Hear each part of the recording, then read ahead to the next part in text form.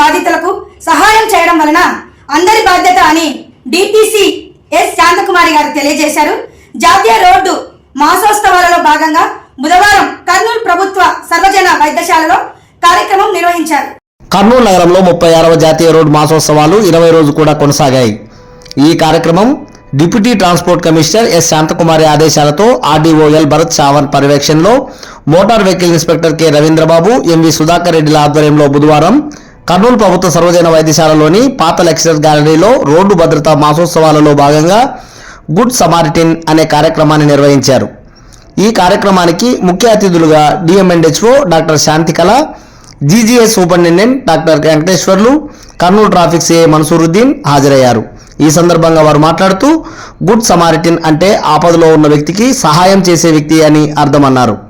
హాస్పిటల్లో ఉన్న రోగుల బంధువులకు వివరించాలని కర్నూలులోని పలు ప్రైవేట్ హాస్పిటళ్ల డాక్టర్లకు తెలియజేశారు. రోడ్డు ప్రమాదం జరిగినప్పుడు సంఘటనా స్థలంలో ఉన్న ఎవరైనా సరే సహాయకుడు బాధ్యతగా అంబులెన్స్ను పిలిపించి హాస్పిటల్కు తరలించాలన్నారు. ఆంధ్రప్రదేశ్ రాష్ట్రంలో రహదారి ప్రమాదాల్లో గంటకొకరు 2 చొప్పున బలవుతున్నారని, రహదారిపైన ప్రమాదం జరిగినప్పుడు ప్రమాద బాధితులను రక్షించడంలో మొదటి 60 నిమిషాలు ప్రమాద తీవ్రతను తగ్గించడానికి మరియు మరణాలను తగ్గించడానికి చాలా కీలకమైనదన్నారు.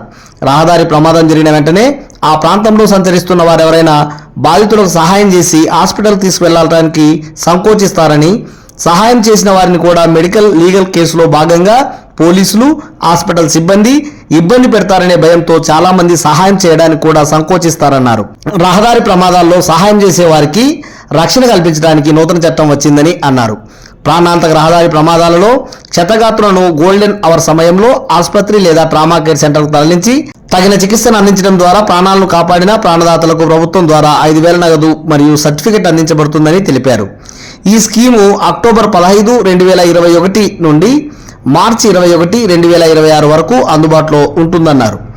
ఎంపిక విధానం క్షతగాత్రులను రక్షించిన ప్రాణదాత సంఘటన వివరాలను సమీప పోలీస్ స్టేషన్లో తెలియపరచాలని, సంబంధిత పోలీస్ స్టేషన్ అధికారి, సిఐ లేదా ఎస్ఐ ప్రాణదాత యొక్క పేరు, మొబైల్ నెంబర్, అడ్రస్, ప్రమాదం జరిగిన ప్రదేశం, సమయం మరియు తేదీ, క్షతగాత్రుల ప్రాణాలను కాపాడిన విధానం మొదలగు వివరాలతో ప్రాణదాతకు రసీదు ఇవ్వాలని తెలియజేశారు. ఈ వార్తలు ఇంతటితో సమాప్తం. తిరిగి రేపటి వార్తల్లో కలుసుకుందాం. నమస్కారం.